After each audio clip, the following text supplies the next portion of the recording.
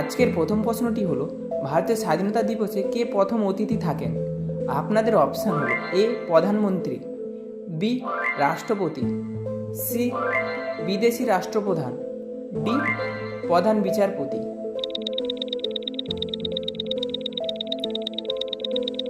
সঠিক উত্তরটি হলো বিদেশি রাষ্ট্রপ্রধান।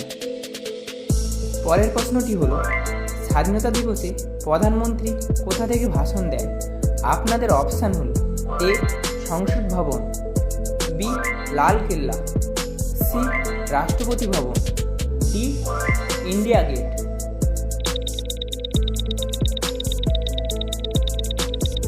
সঠিক উত্তরটি হলো লাল কেল্লা।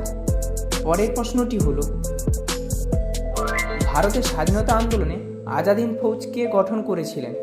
আপনাদের অপশান হলো A Bhagat Singh, B Subhash Chandra Bose, C Chandrashekhar Azad, D Mahatma Gandhi.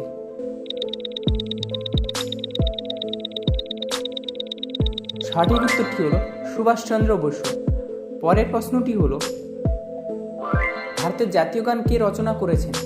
আপনাদের অপশান হলো A Rabindranath Tagore, B Bankim Chandra Chattopadhyay, C Sarojini Naidu, D Subhash Chandra Basu.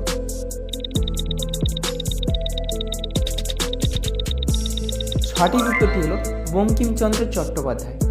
পরের প্রশ্নটি হলো 1947 সালে স্বাধীনতা লাভের সময় ভারতের গভর্নর জেনারেল পদে শেষ ভারতীয় কে ছিলেন? আপনাদের অপশান হলেন A Rajendra Prasad, B C Rajagopalachari, D C Jawaharlal Nehru, D B R Ambedkar. সঠিক উত্তরটি হলো সি রাজগোপালচারী।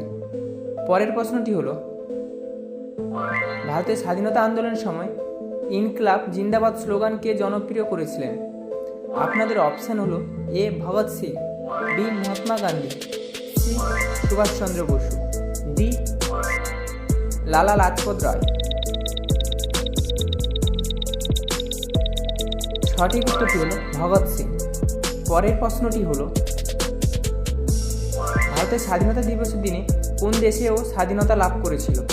আপনাদের অপশান হলো A Sri Lanka, B Pakistan, C Nepal, D Bangladesh.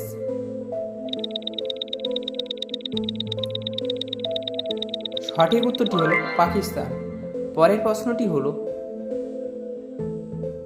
ভারতের জাতীয় চিহ্ন কোথা থেকে নেওয়া হয়েছে?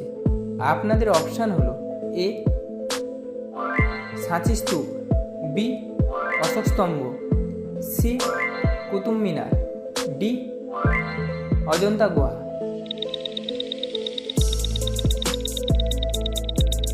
সঠিক উত্তরটি হলো অশোক স্তম্ভ। পরের প্রশ্নটি হলো ভারতের স্বাধীনতার পর প্রথম বিদেশি অতিথি কে ছিলেন? আপনাদের অপশান হলো এ লর্ড মাউন্টব্যাটেন, বি রাজা জর্জ ষষ্ঠ, সি ব্রিটিশ প্রধানমন্ত্রী, ডি নেপালের রাজা।